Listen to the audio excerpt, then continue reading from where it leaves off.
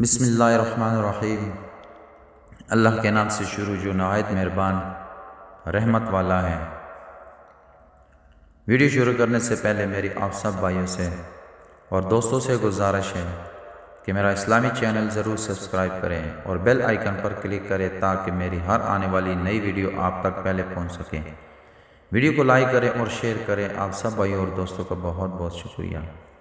امام علی رضی اللہ تعالیٰ عنہ کی خدمت میں ایک مرد اپنی عورت کو لے کر حاضر ہوا اور کہنے لگا، یا علی رضی اللہ تعالیٰ عنہ، میں نے اپنی بیوی کو شادی کی رات بکرا نہیں پایا، اب میں اس کو طلاق دینا چاہتا ہوں۔ بس جیسے ہی اس شخص نے یہ کہا، امام علی رضی اللہ تعالیٰ عنہ نے فرمایا، اے شخص، ایسی عورت پر کوئی حد نہیں جس کے لیے اس کا مرد کہے کہ میں نے اس کو بکرا نہیں پایا۔ یاد رکھنا، اس عورت پر الزام لگا کر طلاق دینا، بدنام کرنا تمہاری قبر کے لیے سب سے بڑا عذاب ٹھہرے گا، کیونکہ اکثر ایسا بھی ہوتا ہے کہ کھیل کود کی وجہ سے لڑکیوں کا کنوارا پن ضائع ہو جاتا ہے اور یوں وہ بکرا ہوتے ہوئے بھی بکرا معلوم نہیں ہوتی۔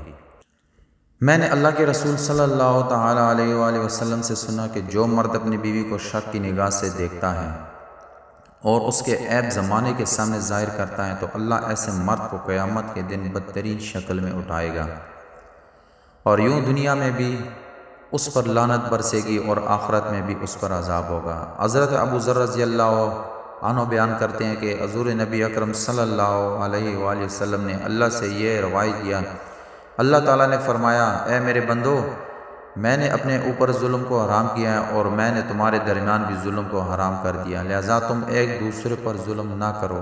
اے میرے بندو، تم سب گمراہ ہو سوائے اس کے جسے میں ہدایت دوں، سو تم مجھ سے ہدایت طلب کرو، میں تمہیں ہدایت دوں گا۔ اے میرے بندو، تم سب بھوکے ہو سوائے اس کے جسے میں کھانا کھلاؤں، پس تم مجھ سے کھانا طلب کرو، میں تمہیں کھلاؤں گا۔ اے میرے بندو، تم سب بے لباس ہو سوائے اس کے جسے میں لباس پہناؤں، لہذا تم مجھ سے لباس مانگو، میں تمہیں لباس پہناؤں گا۔ اے میرے بندو، تم سب دن رات گناہ کرتے ہو اور میں تمام گناہوں کو بخشتا ہوں، تم مجھ سے بخشش طلب کرو، میں تمہیں بخش دوں گا۔ اے میرے بندو، تم کسی نقصان کے مالک نہیں ہو کہ مجھے نقصان پہنچا سکو اور تم کسی نفع کے مالک نہیں کہ مجھے نفع پہنچا سکو۔ اے میرے بندو، اگر تمہارے اول اور آخر اور تمہارے انسان اور جن تم میں سے سب سے زیادہ متقی شخص کی طرح ہو جائے تو میری بادشاہت میں کچھ اضافہ نہیں کر سکتے۔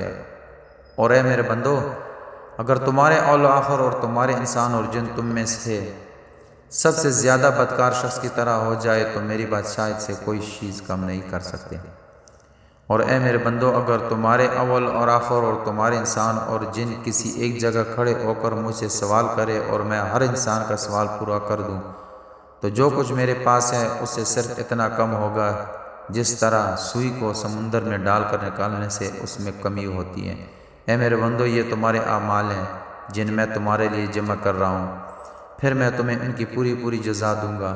پس جو شخص خیر کو پائے وہ اللہ کی حمد کرے اور جسے خیر کے سوا کوئی چیز مثلاً آفت یا مصیبت پہنچے وہ اپنے نفس کے سوا اور کسی کو ملامت نہ کرے۔ اللہ ہم سب کا حامی و ناصر ہو، آمین۔